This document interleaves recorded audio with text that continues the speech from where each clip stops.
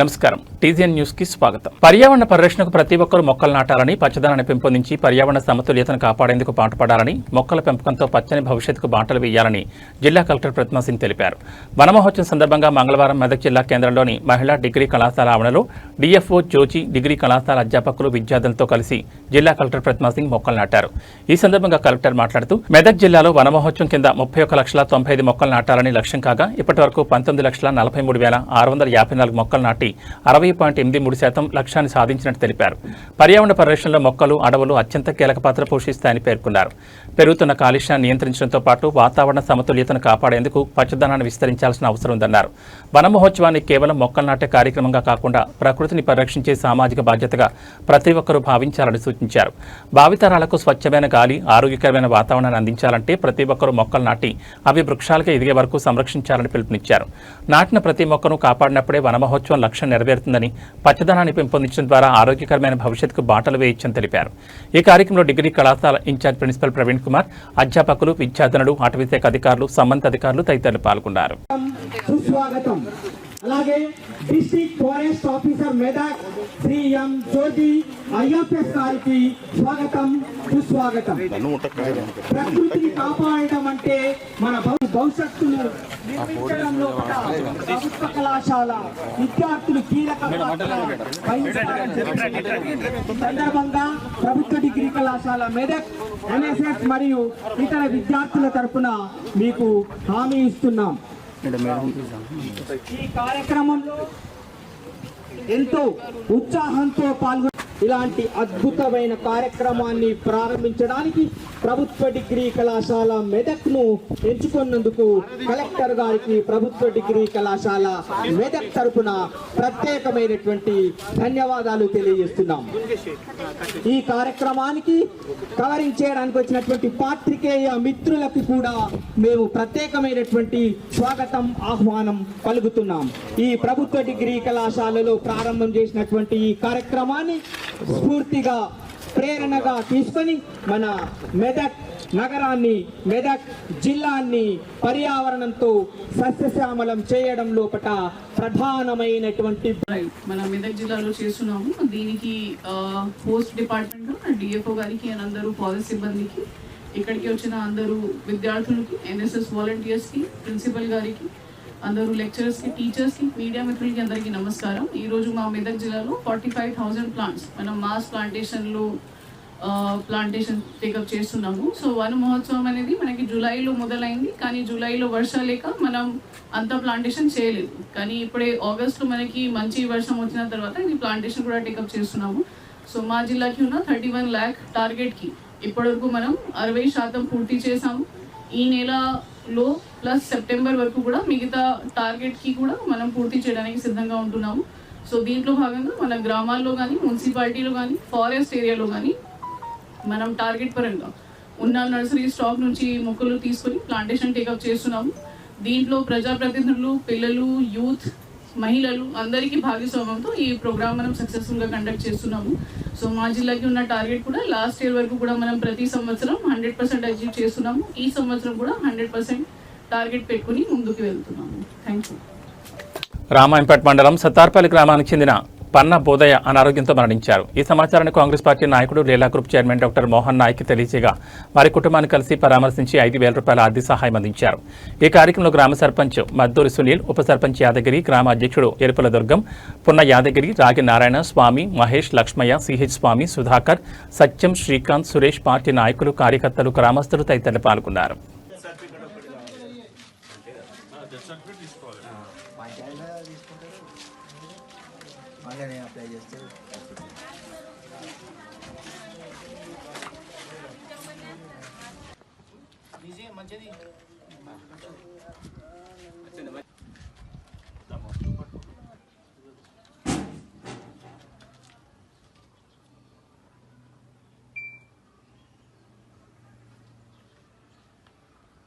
శ్రావణ మాసం 2వ మంగళవారం సందర్భంగా మల్కాజ్గిరిలోని శ్రీ కన్యకా పరమేశ్వర ఆలయంలో ప్రత్యేక పూజలు ఘనంగా జరిపించారు. అమ్మవారిని రకరకాల పండ్లతో సుందరంగా అలంకరించి భక్తి శ్రద్ధలతో పూజలు జరిపించారు.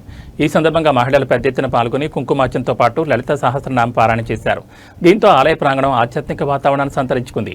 ఈ కార్యక్రమంలో మల్కాజ్గిరి మాజీ ఎమ్మెల్యే మైనంపల్లి హనుమంతరావు కుమారుడు మైనంపల్లి శివంరావు, కాంగ్రెస్ కార్పొరేటర్లు, నాయకులు పాల్గొని అమ్మవారిని దర్శించుకున్నారు. అలాగే Malkajgiri ACP Yadagiri Reddy, traffic ACP Subbaiah, Kushaiguda ACP Chakrapani, Malkajgiri inspector Vijay, SI Ganesh తదితరులు అమ్మవారిని దర్శించుకుని ప్రత్యేక పూజల్లో పాల్గొన్నారు.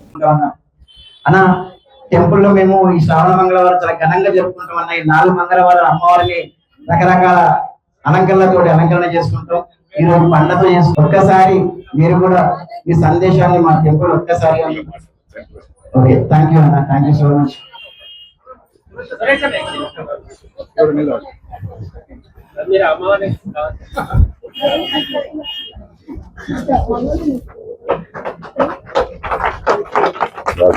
థ్యాంక్ యూ అన్న, థ్యాంక్ యూ సో మచ్ అన్న.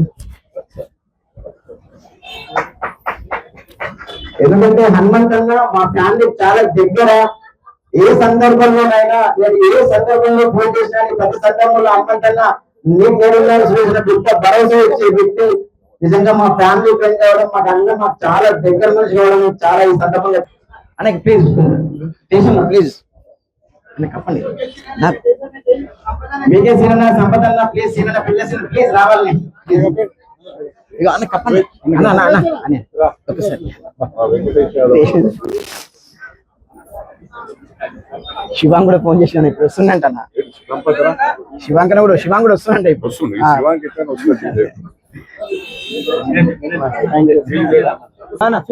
రాండి రాండి కపిల్ భాయ్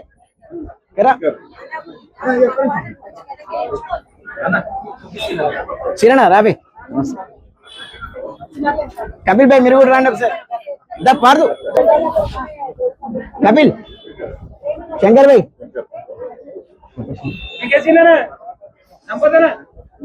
కపిల్ భాయ్ ఇక్కడ రాండి ఒకసారి.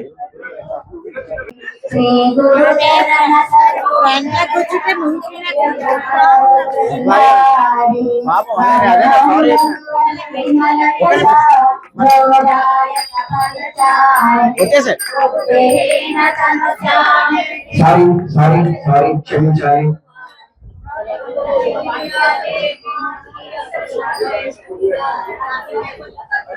ఒక్కసారి మన ఆలయానికి వస్తున్నారు కాబట్టి మనందరం సైలెంట్ గా ఉండి వారిని మన టెంపుల్ ఆహ్వానించాం కాబట్టి ఒక 5 నిమిషాలు నిశ్శబ్దంగా ఉంటే చాలా బాగుంటుంది.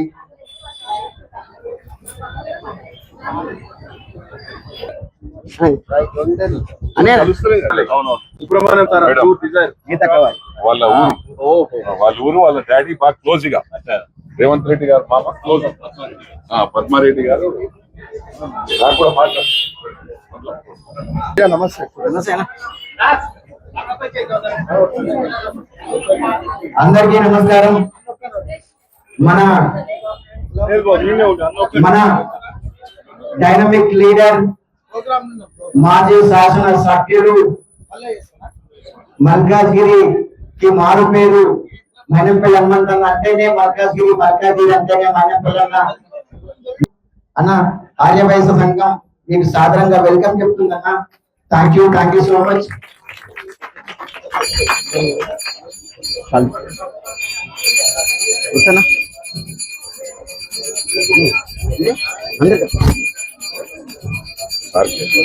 బ్రాహ్మణ్ కార్పొరేషన్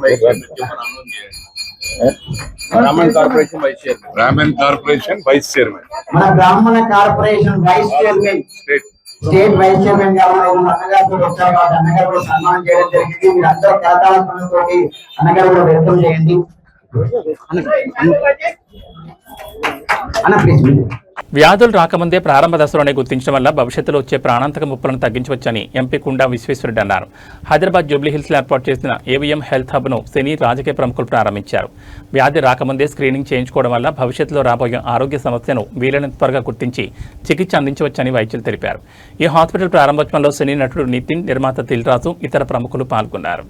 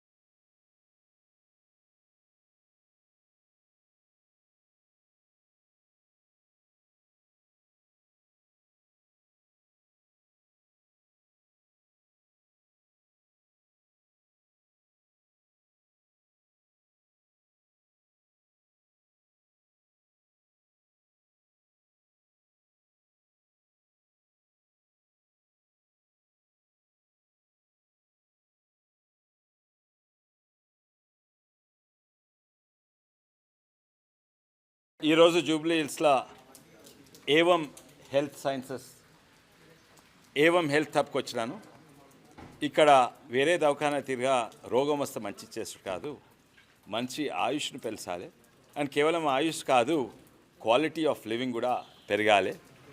దానికి ఎన్నో ట్రీట్మెంట్స్ ఉంటాయి.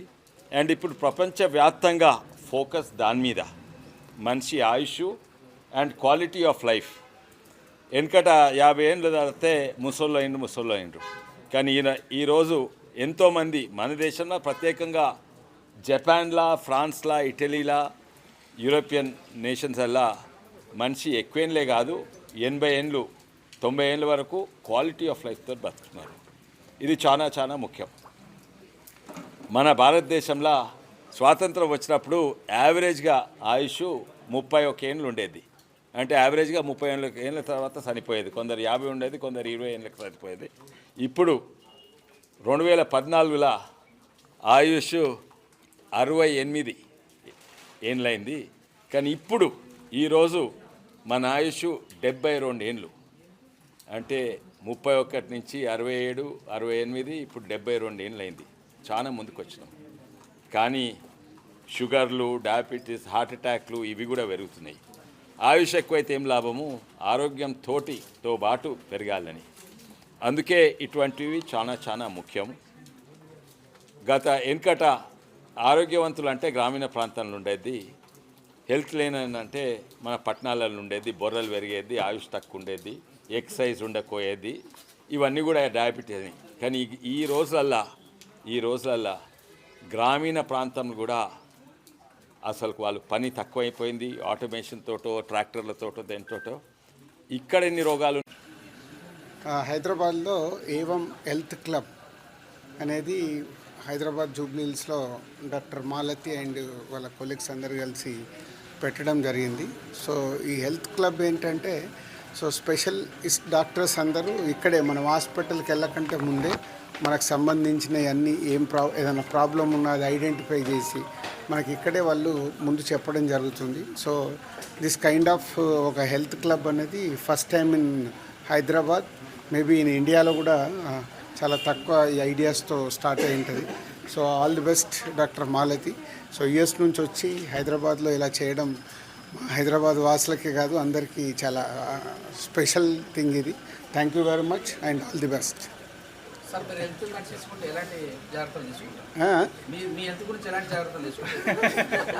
హెల్త్ గురించి జాగ్రత్త తీసుకోవటానికి రెండే విషయాలు. ఫస్ట్ మనము తీసుకునే ఫుడ్, 2 ఎక్సర్సైజ్. అవన్నీ చేసినా కానీ హెల్త్లో ప్రాబ్లం వస్తూనే ఉంటాయి. ఎందుకంటే ఈ రోజుల్లో లైఫ్ అనేది చాలా స్ట్రెస్తో కూడుకున్న సిచ్యువేషన్ అయిపోయింది అందరికీ. కాబట్టి స్ట్రెస్ వల్ల హెల్త్ డిస్టర్బ్ అవుతూనే ఉంటుంది. దానికే ఇలాంటి ఈరోజు ఏవం హెల్త్ క్లబ్ లాంటిది మనకు చాలా ఉపయోగపడతాయి. Hello everyone, I'm Mahati Reddy. I'm an internal medicine and nephrologist, trained in the US but brought up here in Hyderabad. మేము ఈ కొత్త కాన్సెప్ట్తో హైదరాబాద్కి మా preventive and longevity health hub తీసుకొస్తున్నాం. The whole concept of this is one place where you can come to not just look at your medical needs, but it should be looked at with a focus on your diet, your sleep, your stress, everything as one plan. ఇప్పుడు మీరు ఒక doctor దగ్గరికి వెళ్తే ఆ doctor plan ఇస్తారు, మళ్ళీ మీరు cardiologist దగ్గరికి, మళ్ళీ ఒక సైకాట్రిస్ట్ దగ్గరికి వేరే వెళ్ళాల్సి వస్తుంది. అందరూ వేరే ప్లాన్స్ ఇస్తారు.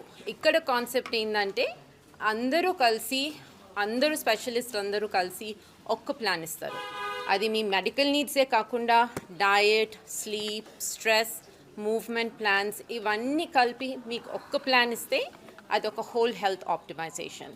సో మా ఫోకస్ ఇక్కడ across heart, gut, hormones, bones అన్నీ కలిపి చూస్తే మీ హెల్త్ ఎలా మంచిగా పెట్టుకోవచ్చు for the next 20-30 years, and that's our goal over here. So it's not where you go where మీరు సిక్ అయితే ఇక్కడికి రావాలి అని కాన్సెప్ట్ కాకుండా, మీరు సిక్ కాకుండా మేము ఏం చేయొచ్చు to stay ahead of it is the concept. So thank you everyone for coming here and welcome to Evam health hub. మా దగ్గర ఉన్న Evam preventive care and longitude medicine centre. My friend mister Narasimha Reddy invited me. I thought it's better to look into first-hand information we'll get once you visit it.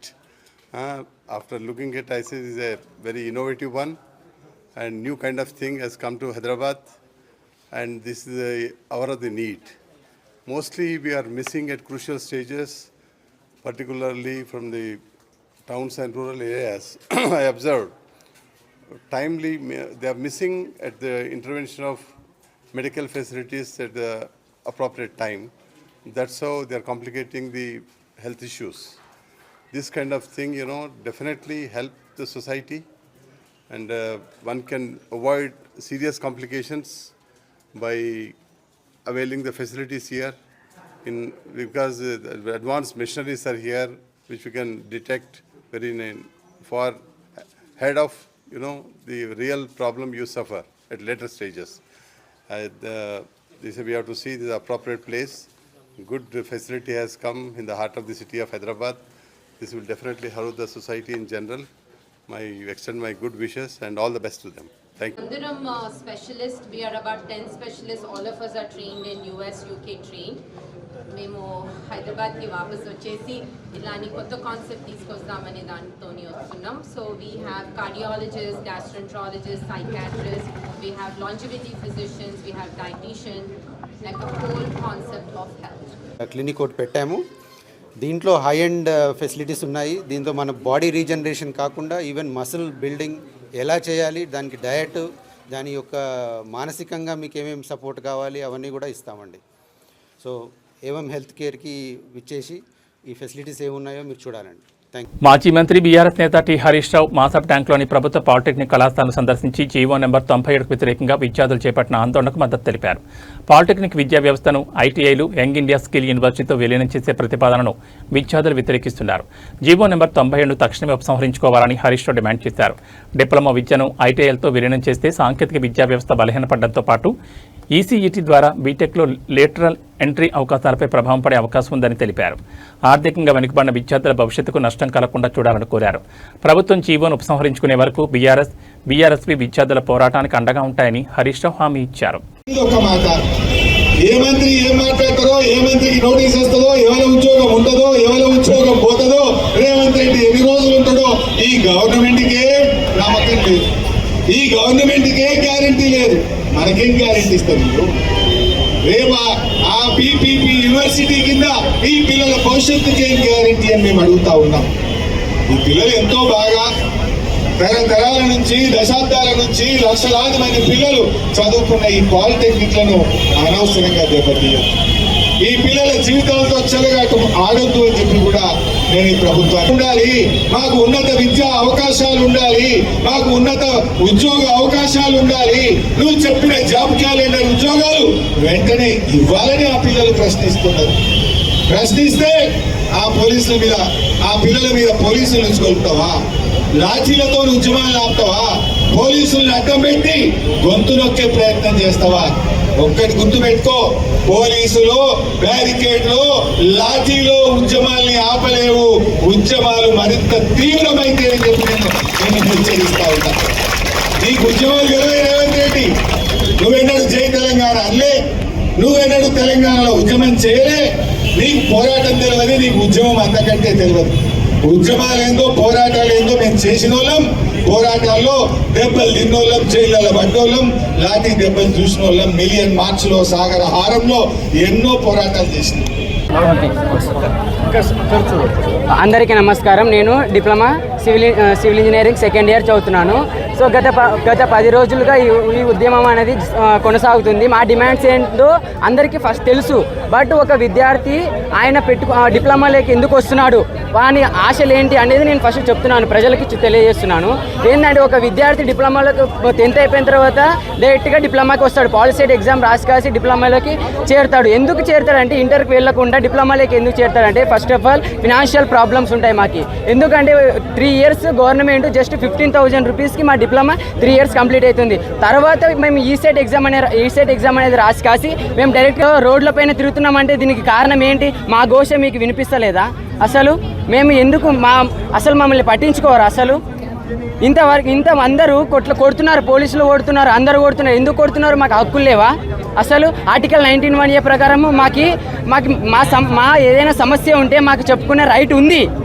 అది రాజ్యాంగం కల్పించింది. ఎందుకు కల్పించింది? ఎంతవరకు రాజ్యాంగంలో పుస్తకాల వరకేనా, బయట అమలు చేయరా? అర్థం కాదు.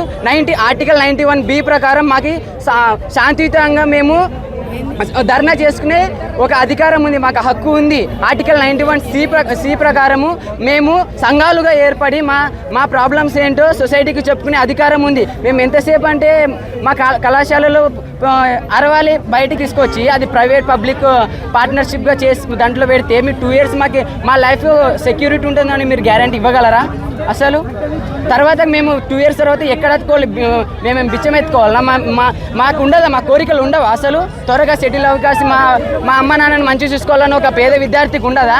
వాళ్ళ కష్టాలు చూసే కదా మేము ఇక్కడ వచ్చేది. వాళ్ళ డబ్బులు కట్టలేరనే కదా మేము ఇక్కడ డిప్లొమాకి జాయిన్ అయింది. మేము ఉన్నత సాంకేతిక అభ్యాసం చేస్తున్నాం. మేము 3 ఏళ్ళు చేసి కాసి మంచి పోవాలని మాకు ఉండదా? అసలు అర్థం చేసుకోండి మేము ఎందుకు ఇంతగానో పోరాడుతున్నాము. ఈ తెలంగాణలో ఉద్యమాల పుట్టి ఇల్లు వంటిది. మీరు మారేంత వరకు మేము మారము, మీరు దిగొచ్చేంత వరకు మేము తగ్గము. మీరు దీన్ని వెనక్కి తీసుకునేంత వరకు మా నరాల్లో రక్తం మరుగులుతూనే ఉంటుంది. ఇది గుర్తుపెట్టుకోండి. ఇది మా వార్నింగ్ అనుకోండి, రిక్వెస్ట్ అనుకోండి, డిమాండ్ అనుకుంటారా? ఇంతకీ రాష్ట్రంలో ఒక్కరితోనైనా మీరు మాట్లాడినరా? ఒక్కరితోనైనా ఫ్యాకల్టీస్తో మాట్లాడినరా? హెచ్ఓడిస్తో మాట్లాడినరా? ప్రిన్సిపల్స్తో మాట్లాడినరా? ఎవరితో మాట్లాడినరు? వాళ్ళతో మాట్లాడినరా? సార్ మీకు ఏం ప్రాబ్లం ఉంది? ఒక విద్యాశాఖ మంత్రి అయి ఉండి ఇట్లా చేస్తారు. ఇంతకు మా ప్రాబ్లమ్స్ ఏందో మమ్మల్ని అప్రోచ్ చేయకాసి మా ప్రాబ్లమ్స్ ఏందో మమ్మల్ని అప్రోచ్ అయ్యి మా దగ్గర నుంచి మీరు ఇన్ఫర్మేషన్ తీసుకోవాలి. మాకు ఇది బాగాలేదు అన్నప్పుడు మీరు అప్పుడు నిర్ణయం తీసుకోవాలి. అబ్బా వీళ్ళకి ఇది బాగాలేదు, మేము ఇది చేస్తే వీళ్ళకి ఇది చేస్తే వీళ్ళు బాగుంటారు అని ఆటోమేటిక్గా తెలుసు. మాకు ల్యాబొరేటరీస్ చక్కగా లేవు.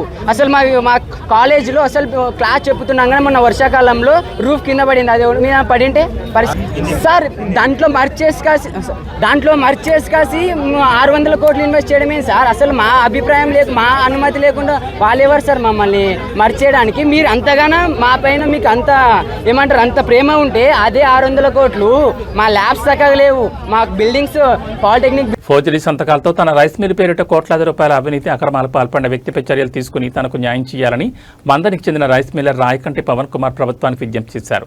సోమాజిగూడ ప్రెస్ క్లబ్లో ఏర్పాటు చేసిన విలేకరుల సమావేశంలో ఆయన మాట్లాడారు.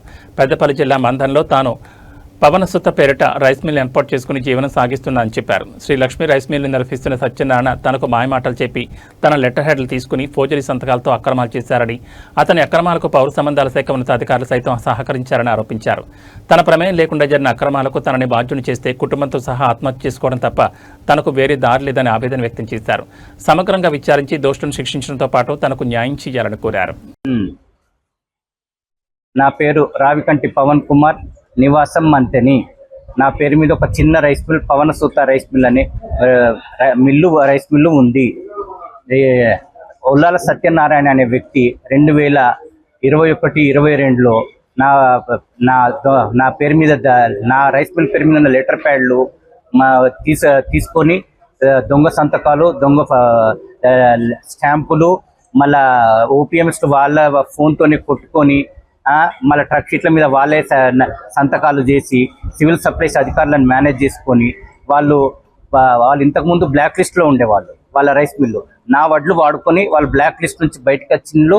మళ్ళీ ఎన్నో వడ్లు వాళ్ళు దొంగతనంగా అమ్ముకున్నారు. తర్వాత అడిగినప్పుడు సివిల్ సప్లైస్ అథారిటీని అందరినీ మేనేజ్ చేసుకొని ఇప్పటి పరిస్థితి తీసుకొచ్చి సివిల్ సప్లైస్ నా ఆస్తికి అటాచ్మెంట్ తీసుకొస్తాము అంటున్నారు. మళ్ళీ నన్ను జైల్లో ఇస్తామంటున్నారు. ఇందు మూలంగా తెలియంటే దయచేసి ఈడీ అధికారులు, సివిల్ సప్లైస్ అధికారులు, పోలీస్ అధికారులు ఆయన మీద క్రిమినల్ కేసు నమోదు చేసి దయచేసి అటువంటి రైస్ మిల్లర్లకు న్యాయం చేసిన అటువంటి వాళ్ళకి మరలా జీవనం ప్రసాదించాలని కోరుకుంటున్నాను. ఇందులో సివిల్ సప్లైస్ అధికారం కూడా హస్తం ఉందని ఉంది. ఇది ఇప్పుడు ఏమిటంటే వీళ్ళు ఇది ఇప్పుడు సరైన దర్యాప్తు అని చెబితే అటువంటి వానికి ఆఖరి చావేశ్వరణ్యం. రాష్ట్ర ప్రభుత్వం దయచేసి ఇందులో చొరవ తీసుకొని సిబిఐ అధికారులతో, ఈడీ అధికారులతో సరైన దర్యాప్తు చేయించి అటువంటి రైస్ మిల్లర్లను రక్షించాలని ప్రార్థిస్తున్నాను. కోటిలోని మెడికల్ హెల్త్ కమిషనర్ కార్యాలయం వద్ద ఆశా వర్కర్స్ సమస్యలను ప్రభుత్వమే తక్షణమే పరిష్కరించాలని ఆందోళన చేపట్టారు. ఆశా వర్కర్లకు కాంగ్రెస్ మేనిఫెస్టోలో పెట్టిన 18,000 జీతాలను వెంటనే అమలు చేయాలని, ఆశా వర్కర్ల పనిభారం తగ్గించాలని, కరోనా టైంలో కూడా ఈ ఆశా వర్కర్లే అన్ని విధాలుగా ఎండలోకి వెళ్లి పనిచేశారని, కళ్యాణ్ లక్ష్మి, షాదీ ముబారక్ లాంటి స్కీములు బంద్ చేసిన రేవంత్ రెడ్డి వెంటనే వాటిని పునరుద్ధరించి లబ్ధిదారులకు చెక్కులను విడుదల చేయాలన్నారు. కేసీఆర్ కిట్ అని కాకుండా ఇందిరమ్మ కిట్టు, ఇందిరమ్మ కళ్యాణ లక్ష్మి, రేవంత్ రెడ్డి కళ్యాణ లక్ష్మి అని పెట్టుకుని మహిళలకు అండదండలుగా ఉండాలని ఆయన కోరారు. టీఆర్ఎస్ పార్టీ ఆశా వర్కర్లకు అండదండలుగా ఉంటుందని ఎమ్మెల్యే సంజయ్ వాళ్లకు పిలుపునిచ్చారు. 1 కోటి మంది మహిళలను కోటీశ్వరులను చేస్తామని సినిమా డైలాగులు కొడుతున్నాడని సీఎం రేవంత్ రెడ్డిని ఉద్దేశించి ఎమ్మెల్యే సంజయ్ కుమార్ పేర్కొన్నారు.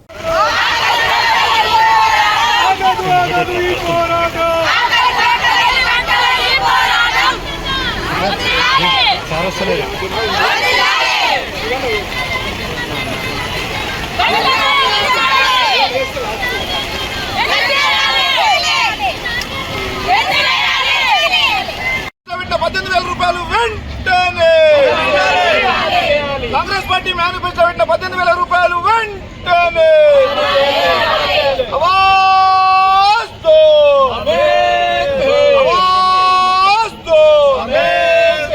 ఆశాల ఐక్యత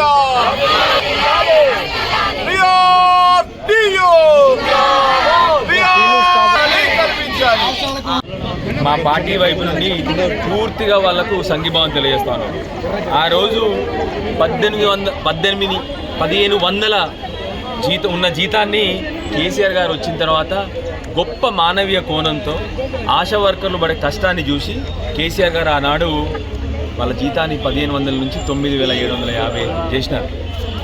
ఈ ప్రభుత్వం కేసీఆర్ గారు 9,700 ఇచ్చినారని చెప్పి ఆ రోజు అర్రాజు పాడి మేము 18,000 ఇస్తాము, 100 రోజుల్లోనే నేను రాగానే 100 రోజుల్లోనే 18,000 ఇస్తా అని చెప్పి రేవంత్ రెడ్డి గారు ఈ మహిళలందరికీ వాగ్దానం చేశారు. నిజానికి ఎంత భావదరిద్రం అంటే ముఖ్యమంత్రి రేవంత్ రెడ్డి గారికి కనీసం ఈ ఆశా వర్కర్లు చేసే పని కూడా తెలియదని, ఆశా వర్కర్లు ఏం పని చేస్తారో అని కూడా ఆయనకు తెలియదు. వాళ్ళు పడే కష్టాలు, ఇంటింటికి పోయి జ్వర సర్వేలు కానీ, గర్భిణులు చూసుకోవడం కానీ, వ్యాక్సినేషన్లు కానీ, ఎట్లాంటి వెట్టి చాకరి ఉన్నా కూడా ఆఖరికి బియ్యంలో జాబ్ కూడా వాళ్ళే చేస్తూ ఉన్నారు. ఇవాళ ఇంటింటికి తిరిగి వాళ్ళు చేస్తున్న కష్టం వర్ణించలేటువంటిది. అలాంటి కష్టాలు పడుతూ ఉంటే మహిళలకి 33 నెలలు అయిపోయింది. ఇప్పుడు ముఖ్యమంత్రి రేవంత్ రెడ్డి గారు ముఖ్యమంత్రి 100 రోజుల్లో చేస్తా అన్నది 1000 రోజులు అవస్థా ఉంది. ఇంకో వారం అయితే 1000 రోజులు అవస్థా ఉంది. కనీసం రూపాయి జీతం పెంచలేదు. కనీసం అన్నిటికంటే బాధ ఏంటంటే ఇప్పటికీ వాళ్ళని ఎప్పుడు అడిగినా కూడా వాళ్ళని అరెస్ట్ చేయడం, తీసుకుపోయి జైలులో కూర్చోబెట్టడము, మహిళలన్న కనీస గౌరవం లేకుండా, మహిళలన్న కనీస మానవీయ కోణం లేకుండా వాళ్ళని పెట్టిన కష్టాలు ముఖ్యమంత్రి గారు వాళ్ళకి జీతాలు పెంచడం ఎరకలే కదా, కానీ వాళ్ళని మాత్రం. ఇవి టీజన్ న్యూస్ విశేషాలు. నమస్కారం.